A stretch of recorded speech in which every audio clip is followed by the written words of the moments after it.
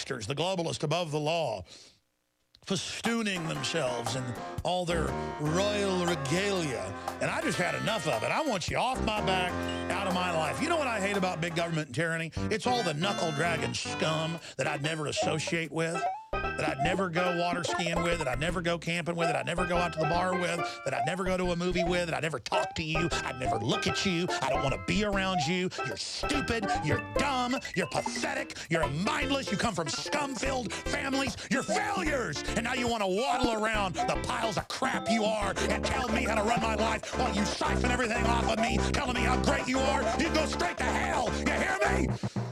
Good people are going to crush you. Intellectually, it's begun, you can feel it. And I hope you understand nothing on earth's going to stop it, you degenerates. And I'll tell you the great solace in all of this is, in the final equation, you know you're losers that serve the system. You know you're scum. You know you're pathetic. And you know we don't want to associate with you. And you're not invited to the party. And winners don't want to be around you. So go form your societies of pedophiles and scum, because it'll never stop the fact that you're piles of dog crap. James Dillingpole, straight ahead. I'm Alex Jones. This is authoritarianism, calling itself liberal, calling itself conservative. And then you see J.C. Penney with a good-looking teapot a few months ago. It looks nice. It's like looking at a cloud and saying, I see Hitler. It's got a handle where it's supposed to be. It's got a top, a round top. It's silver. Let's start rolling some of this footage for people that are watching on PrisonPlanet.tv. Here is the evil. Here is the evil teapot. We're going to show the teapot first. Yes, there's the teapot that they say is so horrible and that is so evil. And then going back to the piece that I put together with Rob Dew, there is the evil teapot, and then there is my French bulldog. Now, I could have probably seen Hitler in a pile of dirt outside my house, but instead I started looking at Captain, our French bulldog. And I got to admit it, I'm like a closet Nazi because I kiss him right on his Hitler mustache. That dog gets kisses from me, okay? And from my children. They're sitting supporting Hitler. And look at him. I mean, he even looks like Hitler. His eyes kind of look like Hitler. He's got no fur on his lip, and so it looks like a Hitler mustache. That dog, J.C. Penney's banned those teapots and had them destroyed. So I'm taking Captain today into the pound, and I'm going to have them put him in a gas chamber and kill him like they do stray dogs. And I'm sad, but I'm going to prove that I'm not racist. And I'm going to sacrifice him on the altar of political correctness to prove I'm not racist and to satisfy Al Sharpton. So, Captain, should I give him lethal injection or give him the pressure chamber? I mean, I don't want him to feel any pain. I love the dog. But, I mean, he does look like Hitler. And I realized I want to apologize. Maybe I should be gassed. Because I just realized my wife and I chose a dog when he was a puppy that had a Hitler mustache because of a subconscious racism. Can we put the racism back up on air, only to illustrate it and to apologize?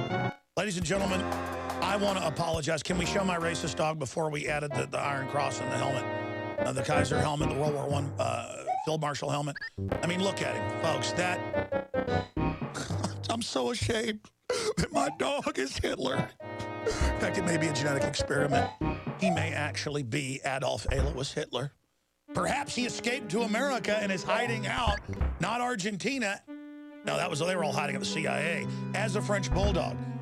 Ladies and gentlemen, even the dog tag around his neck is of a bone. The Nazi skull and crossbones had a skull above a bone. Oh my gosh, he is wearing a Nazi necklace. Folks, this is just as bad as the teapot. Look at that little bronze bell. That's a death's head too. Well, thank God J.C. Penney banned that. And you know what? I'm going to call the ADL Southern Poverty Law Center and ask their advice. Should I euthanize Captain? Folks, I'm joking. I'm not serious. I'm illustrating absurdity by being absurd. I love Captain, and I love him a lot. He does get kisses. I had an idea. I said, I bet if, making a joke about the J.C. Penney teapot, which obviously looks nothing like Hitler and wasn't meant to be Hitler. I mean, it is insane that my French bulldog looks like he has a Hitler mustache because he doesn't have any fur on his upper lip. He's got black skin. He's got black spots on him. There's a black spot right there. Are there other racist animals that need to be taken to be gotten rid of, like the teapots. And we did find some. If you type in Hitler animals or Hitler dog, we found a baby English bulldog, very racist, Heiling Hitler. Not only does its nose look like a Hitler mustache, look at the hate in the eyes. The dog has been trained to raise its arm. And, I mean, look, alert Al Sharpton immediately. And there's cats. Look at that cat right there. It's got a little bit of black on its nose. It's got black on its head that makes it look like Hitler. Adolf Hitler. Look at, I've seen boxers, too, out that look a little bit like Hitler. And I'm going to walk over. And I'm going to say, hey, you need to be sent for re-education because we all know that you are basically in league with Hitler.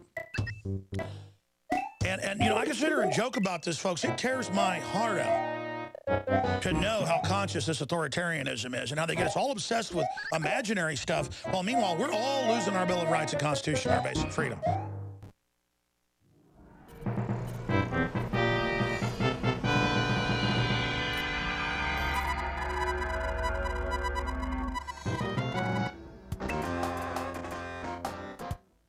I wanted to get James Dillingpole on last week when I saw his article.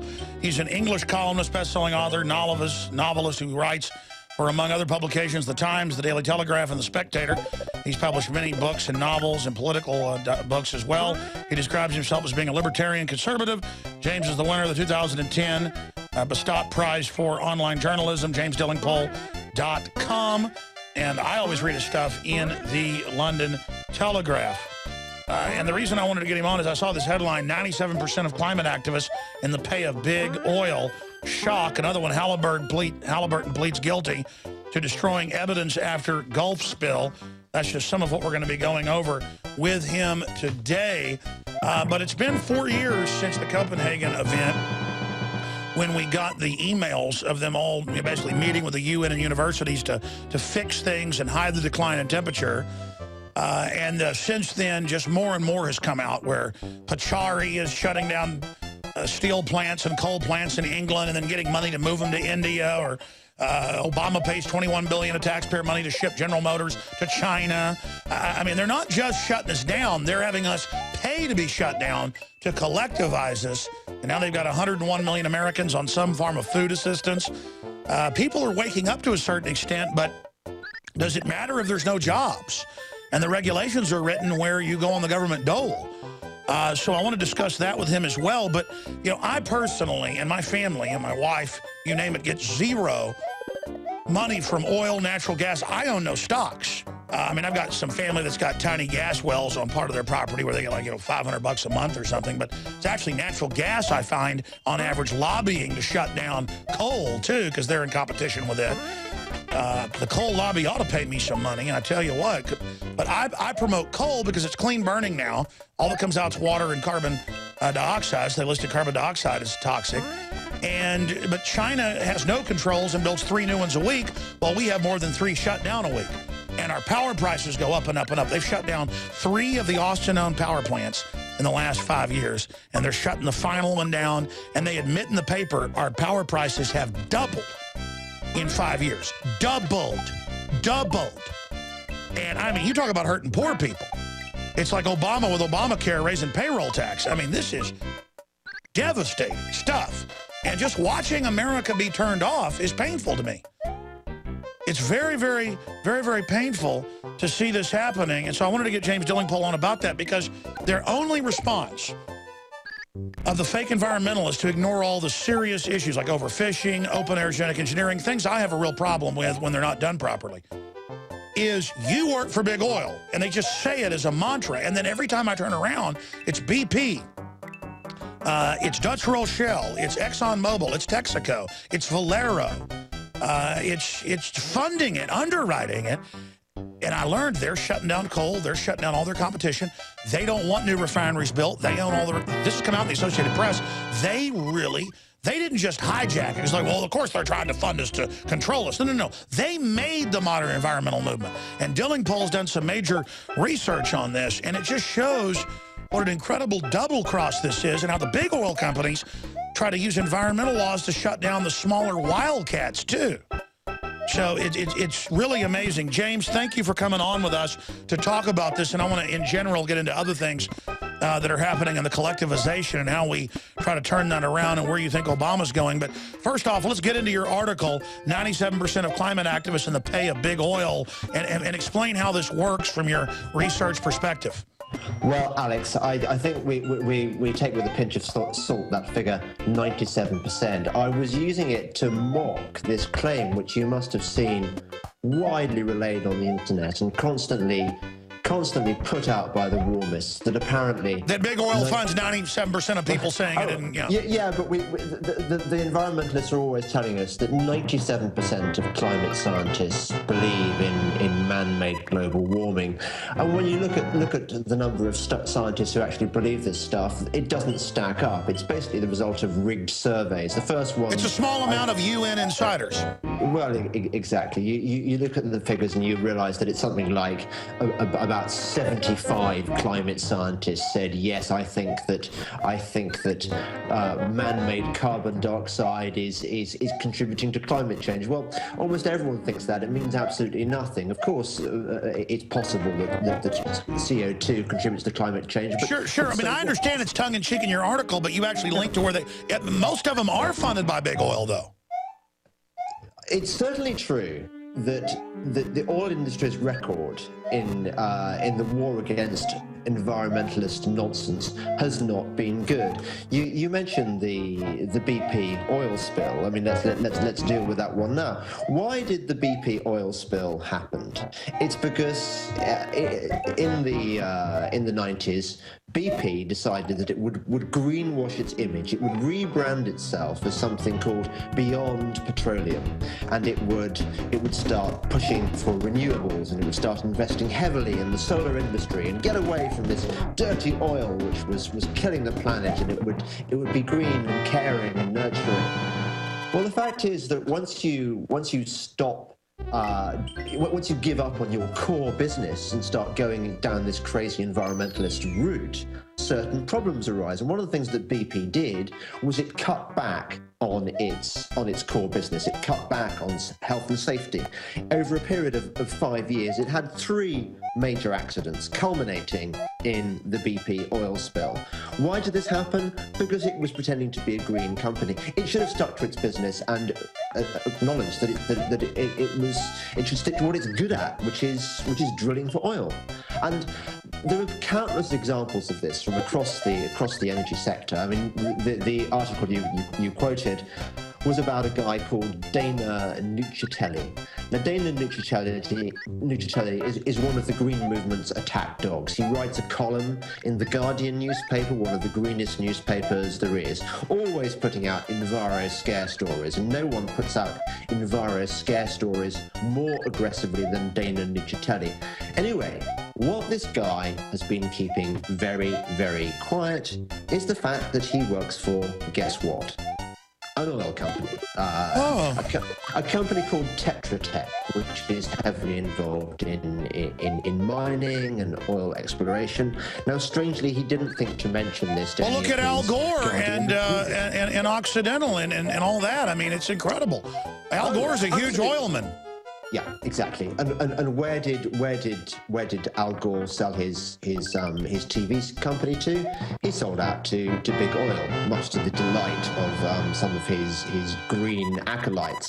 But there was another example in the news the other day. You remember Professor Phil Jones, the guy at the Climatic Research Unit, one of the stars of the Climate Gate email? Yes. You remember him? Well, I found this glorious picture of Professor Phil Jones sandwiched between some Saudi oil men. This guy has now landed himself a gig at the Center of Excellence for Climate Change Research, Department of Meteorology, King Abdul Aziz University, Jeddah, Saudi Arabia. Well, let's stop right there. I'm sure that's in a new article you did. Give us the headline. We'll put it in for TV viewers, and so for radio listeners can find it. What's the headline?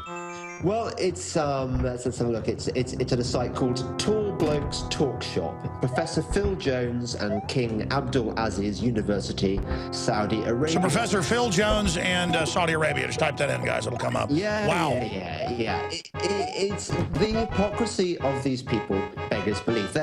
Well, don't they just get involved in this so that the big oil and big groups can choose the winners and losers? Because, I mean, the AP back in 2000 reported that the top 10 big oil met and said, let's actually fund enviro groups to shut down new refinery construction so only we have refineries to create an artificial bottleneck. I mean, that's when I first learned about this.